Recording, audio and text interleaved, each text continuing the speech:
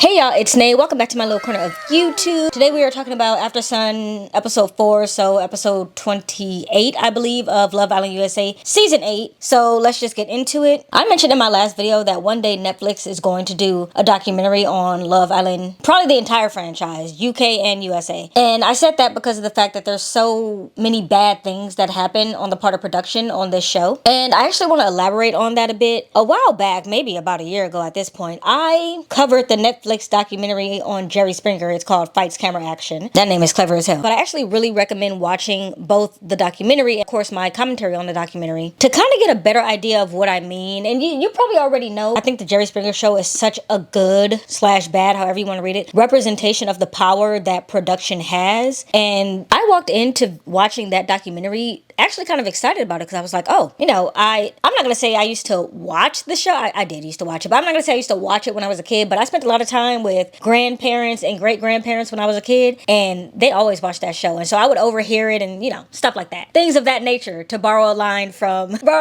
Chris from It Takes Two. Things of that nature. I used to spend a lot of time with my grandparents and my great-grandparents. So I knew of Jerry Springer even if I didn't really know what it was. I know that it was a show that they put on when I was supposed to be asleep, but I was not asleep. But when I ended that documentary, and you'll see in my commentary on it, I left feeling really disgusted, grossed out. I had the ick about the show. And it's the way that I'm starting to feel about Love Island production as well. I say all the time that I have an immense respect for the industry. Reality TV, entertainment, media, all of it. I have great deal of respect for the industry. But there's one thing to create drama on a reality show, give people a storyline. Hell, it's one thing to maybe even give someone a villain arc. Maybe they're getting a villain arc. But when you have built into the design of your show an opportunity to set the record straight, I'm talking about movie night here, when that's built into the design of your show and you take that opportunity to, instead of setting the record straight, further the storyline that you know is incorrect about someone, I feel like you're losing your morality. And I think that's why it's bothering me. I'm not saying that I'm the moral high ground or anything like that. I'm sure there are some things that I do and have done that people would think is morally terrible or morally wrong. But when it comes to this, the only feeling that I have is that production is not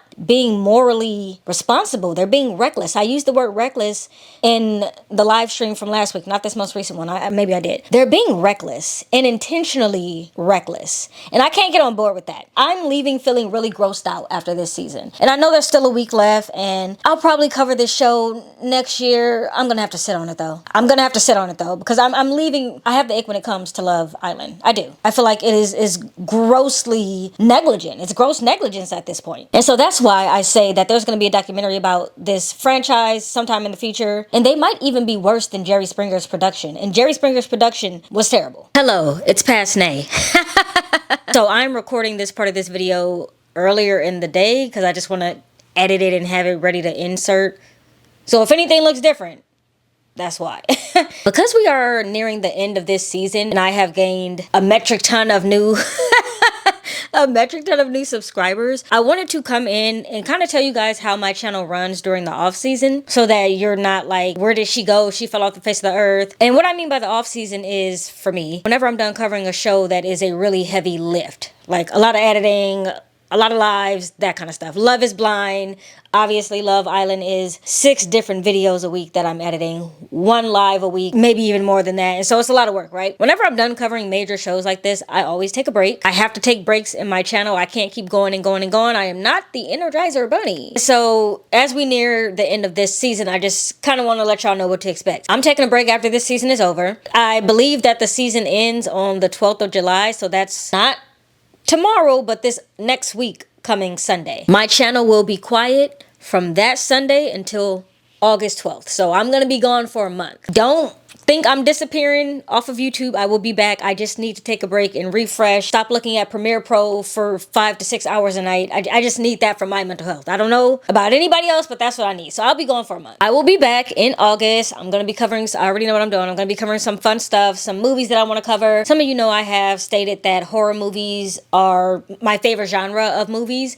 And some of you have expressed interest that you would love to see me cover more horror. It's coming. I've been trying to slowly trickle it into my regular content. And so in August, I'm going to have some fun horror stuff coming up. So if you are interested in that, stay tuned. Your moment is coming. August should be really fun. So I'll be returning August 11th-ish, August 12th-ish, and we'll be back to regularly scheduled programming, but you won't see me for a month. In that time that I'm going to be gone, there are so many things to do. It just depends on how it kind of works out, but if it happens, you'll know. But the one thing that you can do is look at all my other content. I always like to stress that my channel was never intended to be, and will never be, only me covering trash, drama shows, reality shows. And what I mean by that is, like, I'm never going to only cover Love is Blind. I'm never going to only cover Love Island. I'm never going to only cover, I've never covered this before, but something like a Real Housewives. Like, there's only so much of that reality drama in that sense that I can take just as a person. And so there has to be other things, or else I'm just not going to do it anymore. And so while I know a lot of people really love the reality of it all, I can't do that year round on my channel. I do it for the major things. Like, I have my staples, my Love is Blind. I fear Love Island has just become a staple. I fear. I only say that because it's so much work. But every once in a while, I do the ultimatum. I'm not covering this next season of the ultimatum because I'm going to be on break. But, you know, stuff like that. So those are like my anchor things on my channel. But there's always going to be other things. I have covered a ton of different movies that you can go to my page and check out. My playlists are very well organized. Go look at the movies that I've covered. Go look at TV shows that I've covered. Look at the other random stuff that I have posted since the inception of this channel. There's plenty of things for you to get into while I'm gone. So don't miss me too bad. But I just wanted to let y'all know that that's going to happen. I've been doing this since I started my channel. I've been very, very transparent about the fact that, look, sometimes I'm going to just dip. Because YouTube is a lot of work. And I appreciate y'all so much. I never just want to disappear. But just know, typically, whenever I'm done covering a major show, yeah, I'm probably going to go for a while. Usually, I rarely ever take a month. But because Love Island runs for over a month, it's been a lot of work. Typically, I only take a week or two, or like I'll take the remainder of the month. So if this was ending on the 12th, I'd come back, you know, the first week of August. But I really do feel like I need a month break after that. And keep in mind, I have a regular job as well. So all that to say, I know we're not done with this yet. We have a week left, a few more videos left. I appreciate y'all so much for being here, and just the amount of love that I've received on my channel throughout this coverage of Love Island. It's been quite a run. So I hope that some of you stick around, even if you're only just here to watch me cover Love Island. I'll be back next year, but I hope you stay and you get to know me a little bit more and you enjoy the other things that I do, because I don't know what the word is. I do a multitude of things. So that's all I wanted to say. I'm putting this at the top of the video because I need the majority of the people to actually see it. If I put it at the end, you never really know who's going to see it. And then they're going to be like, bitch, where did you go? And I'm going to be like, I told you where I was going. So that's it. I just wanted to let y'all know. We can get back to the Aftersun video now. Furthermore, I am incredibly disappointed and disgusted with Aftersun, in particular this Aftersun episode as well, because Tefi and Ciara took this opportunity to further that narrative about KC. We sat there and we watched the clips of you calling her grandma, saying you guys didn't have anything in common. You don't have to put someone else down in order to build someone else up. I'm gonna assume that they said stuff like that because they're contracted to push the narrative, because there's no way that y'all believe that's what happened. I think I need to start watching this show from the point of view that this production team in particular, like I said, it's not all production. All production is going to produce and create drama on reality TV. But there's something morally, for lack of a better word, man, they're morally bankrupt. There's something morally bankrupt about the production team on Love Island. And I know that's a pretty bold thing to say, and I'm probably setting myself up to never have a relationship with Peacock. But I gotta call a spade a spade. They feel very morally bankrupt. And honestly, I feel like channels like mine are even more important now. And almost like I have a responsibility, because they're not living up to their responsibility, that I have to present what's actually being shown. I want to say I have to present another side, but to me it's not even another side. It's the only side that everyone should be seeing, because it's right there in our faces. But I have become increasingly aware that I am in the minority of people who are on KC's side with this. And I just don't know how that can be. I just don't know how that can be. Guys want all of you and give you nothing. They want all of you for the bare minimum. Saying that KC wanted all of Aniya but gave her the bare minimum is actually crazy if you watch the season. He literally poured into that woman, reassured her time and time, too many times. Too many times for my liking, probably too many times for his liking. That's why he eventually was over it. And you're gonna sit there and say he gave her the bare minimum? She gave him the bare minimum, if that. Especially when you look at how she moves with Carl, all over him. The hypocrisy on Love Island runs deep, from production of the main show on down to Aftersun. So yeah, I don't care that I'm going against the grain. I can only speak on what I see, and what I see is blatant lying happening. No mention of how she got in his face. No mention of how they all called him a bitch, including Aniya. No mention of how she also had to apologize, nothing. Just KC this and KC this and KC. And I'm particularly disappointed in Ciara because how, as a black woman, can you come on here and run with that narrative? You have to hold yourself to a higher standard. And that's the thing for me, is like, I'm not a journalist. I didn't go to school for journalism or anything like that. But I feel like when you have a platform on YouTube, and I don't care how big the platform is or how small it is, if you have one person subscribing to you and you are speaking on things, then you need to come at it from a journalistic point of view, in my opinion, at least a little bit. And I feel like as a journalist, you need to go in and give facts. You can't go in giving something that you made up. And in my opinion, everything that's being spewed about KC is essentially made up. It's essentially made up. So I just can't get on board with it. I was gonna say I'm sorry, but I'm not gonna apologize for what I see happening. And I know that KC is contractually obligated to sit down with them for Aftersun once he gets out of the villa. But I almost wish that he would just act like the entire Love Island show doesn't even exist once he gets out of this villa. That's what I want for him. I want him to walk next to the Love Island producers on the street and clean, act like he don't know them people. I also think I got a better understanding of why people who don't like KC and are going so hard for Aniya, why they're doing that. And it's because they think that you should stick up for women no matter what. Meg is a girl's girl. And I feel like Love Island is very girlhood coded. I love being a girl. Being a girl is so cutesy, so fun, so vibrant, so pastel in my world. Being a girl in girlhood is amazing. Would not want to come back reincarnated as a mere man.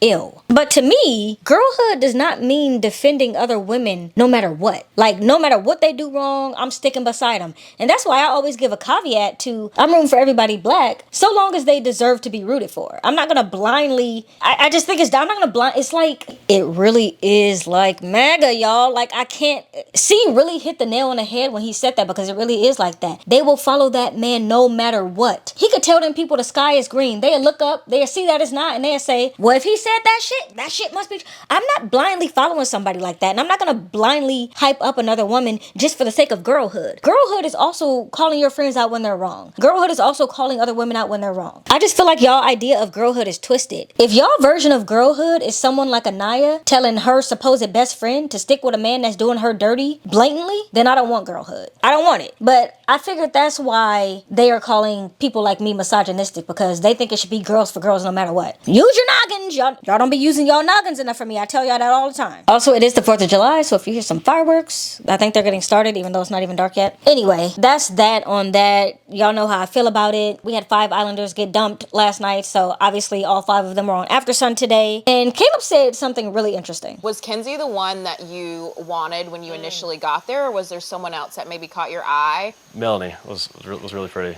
And I really hate that Caleb didn't pursue this. Could you imagine Caleb giving Sincere a run for his money? Although that's how I wish that would happen. I don't think that's how it would have actually happened, because Melanie just wasn't willing to explore anyone else other than Sincere. So she probably would have looked at Caleb and said, oh, you're so cute, and then kept it pushing. So I don't think it would have worked out. She just wasn't in that mindset. I don't even think that she still is in that mindset. Caleb also said he essentially would have felt two-faced in a way, because he was kind of encouraging and helping Sincere with how to approach things with Melanie. So he felt like he couldn't be a friend helping him with that and then go behind his back and kind of talk his girl up. So I get why he didn't do it. But Caleb, you should have moved exactly like that, because Sincere, the way that he's been moving on this show, he ain't shit. And I fear that's how Sincere moves in the real world. That man know how to juggle women. This is not new to him. And the sad thing is, I really do feel like after movie night, maybe she would have had the strength to move on from Sincere. The way that Melanie was crying at movie night, that shit was real pain. Okay, I think if you're a woman, you know what it looks like when another woman is fucking fed up. That's what that looks like. He has put her through hell these last 5 weeks. Roll that Michael Jackson clip. Go through hell. I go through hell, Torin. I go through hell.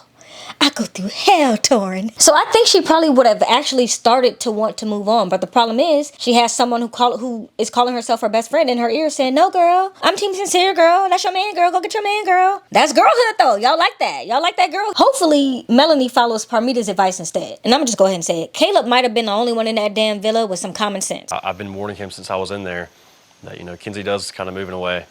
And the more he sees, the more he's kind of like, well... She doing her thing in there. She's hopping around a little bit, and it's amazing to me that she still disagrees with that. He's like, how the hell is Kenzie still going around saying that she's not lustful when she been clam slamming all season? He also pointed out the connection between KC and TT and said if he had his choice, he would rather be KC than be Sincere. Who would you rather be right now, KC or Sincere? I think KC. Yeah. I was like, I would rather be KC. Because I think at least KC sure. right now, like, I think him and TT have something really strong. You know, they can sit and be quiet together and be content. Whereas Aniya wasn't really comfortable having that silence with him. KC coming in here, he was like whatever Aniya wants, but then now he's on the whatever KC wants, and he may be on that side a little too much. Yeah. You know, he has apologized. Something else interesting that Caleb said is the fact that KC apologized over and over again, and so he doesn't even know if KC's apologies held the same weight because he has said it so many times. I feel like if I was a fly on the wall, then that apology is probably sounding the same over and over.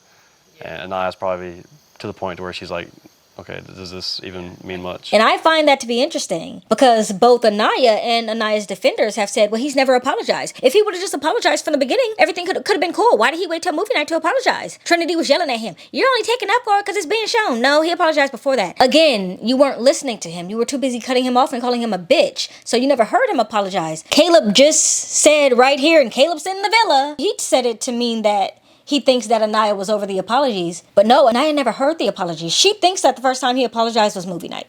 That's what she thinks. Caleb might have been the brightest star in Fiji. I also feel that Tefi was adding more fuel to the fire, intentionally. Do you think he would have apologized if it wasn't for movie night?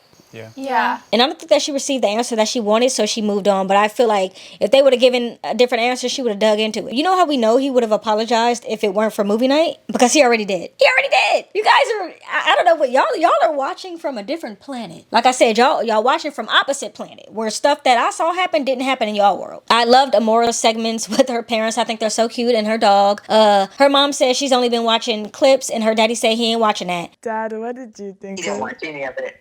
He didn't want to watch it. I understand. I knew it. And that's just so black parent coded because we're not gonna watch you lip lock and lap dance all over TV, girl. We just not gonna do it. But they still support, but they just not gonna watch it. I feel it. They of course ended the episode by throwing Bryce and Trinity in our face because those two are production plants. Now, Trinity, matching pink outfits on the boat. On Will you be my girlfriend? I screamed at my screen. You heard me go, yes. I'm so proud of my baby Bryce. Just being brave enough to fall in love. And I'm so happy for my baby girl Trinity. And again, made another sly comment about KC. When Trinity is cussing someone out, Bryce looks at her. This is Bryce. Like the last Coca-Cola in the desert. That man lives rent-free in y'all head. Rent-free in your head. You can't not bring him up. You guys are obsessed with him. And that's why I say that it's targeted. You could be on Aniya's side all you want, but why are you finding any little opportunity to take a dig at KC? You're obsessed with him. Anyway, Family Day is coming up. I didn't even know they were doing that this season. Maybe they do it every season. Y'all know I'm slightly new to this, not true to this. So they're gonna have Family Day. And I just hope that KC has someone who comes in, not only prepares him for what he's gonna see on the outside, but tells him, hey, you're not crazy. Just like Aniya was telling Melanie, yeah, baby, you weren't crazy, baby. Yeah, I hope someone comes in and tells KC, you're not crazy. She didn't deserve that apology. And production is purposely making you the villain. I hope someone comes in, pours into that man, tells him he has support and he's gonna be okay. Y'all are gonna say that's coddling him though, because y'all just don't think black men deserve any ounce of empathy. And that's a whole nother conversation for another day. And I hope whoever comes for KC has no interest in meeting Aniya, because after I saw somebody treat my family member like that, I wouldn't even want to be near that person if I'm keeping it real. But anyway, I'm gonna get this edited up and yeah, I'll chat with y'all later. Oh, I have not gotten to any comments today. I've kind of been catching up, like I needed to clean up and stuff, because you know, long week with Love Island and all that. But I'll probably take some time, maybe tonight, but maybe not. I low-key want to like watch a movie and go to bed. So maybe tomorrow I'll start getting to some comments and then we'll get back on track for the last week of Love Island. Let me know all your thoughts below and I'll see you in the next one. Bye. I walked into that documentary. Really with me, chaperone. That's a cold ass line right there. Lately I've been glowed up. Fantastical song. Don't know why I just said fantastical. It's just the first word that came to my mind. I don't know. And I know that KC is contractual